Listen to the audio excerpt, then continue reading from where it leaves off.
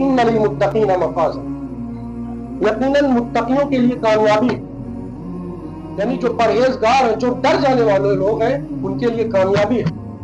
جو ڈر جائیں، یعنی جسے اس بات کا ڈر ہو کہ مجھے میری مرضی کے بغیر میرے اللہ نے مجھے پیدا کر دیا، اور اگر میں نے اس کی پیروی اختیار نہیں کی، اور اگر میں نے اس کی اطاعت نہیں کی تو میرے ساتھ کچھ بھی کر جائے کوئی بچا نہیں سکتا. پر دنیا میں ہمیں کوئی نہیں بچا سکتا، آخرت میں بتائیے ہمیں کون بچائے گا اگر ہم نے اس اللہ کی پیروی نہیں کی جس اللہ نے ہمیں پیدا کیا. تو آپ دنیا میں بھی مشاہدہ کرتے ہوں گے، کسی مریض کی چارپائی پر لوگ جو بیٹھے رہتے ہیں، وہ صرف اس کے لیے ہمدردی کی دو بول ہی بول سکتے ہیں، اس کی تکلیفیں ایک دوسرے سے شیئر نہیں کرتے. تکلیف صرف اور صرف ایک بندہ برداشت کرتا ہے، لوگ صرف ہمدردی کرتے ہیں. لیکن آخرت میں تو ہمدردی بھی کوئی نہیں کر پائے گا. آخرت میں نہ کوئی باپ اپنے بیٹے کو پوچھے گا، بلکہ قرآن مجید میں آتا ہے کہ ہر شخص یہ چاہے گا کہ پوری دنیا کو، اپنی پوری رشتہ داری، اپنا مال، اپنی اولاد، سب کچھ فدیہ میں دے کر اپنے آپ کو بچا لے.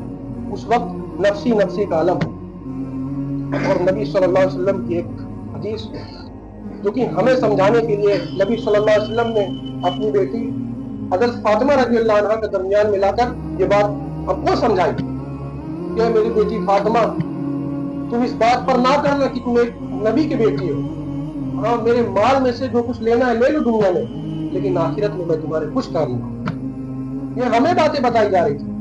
حضرت فاطمہ کو تو یہ بات بتا دی گئی کہ وہ جنتی عورتوں کی سردار ہے. جب ایک نبی نے اپنی بیٹی کے لیے بات کہی تو سر ہمیں ہمارے عمل کے علاوہ ہمیں کوئی نہیں آخرت میں نجات دے سکتا.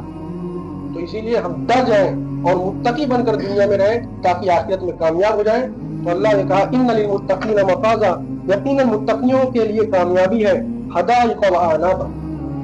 اور ایسے متقی جو دنیا میں ہماری پیروی اختیار کر کے زندگی گزارتے رہیں، ان کے لیے باغات ہوں گے اور انگور کی بیریں ہوں گی، وکواعب اترابا، اور ان کی ہم عمر عورتیں یعنی کہ حوریں ہوں گی، وکأسا دہاقا، اور چھلکتے ہوئے جام، یعنی ایسے مشروبات جن میں کوئی نشہ نہیں ہوگا، آخرت میں جنتیوں کو پیش کیا جائے گا.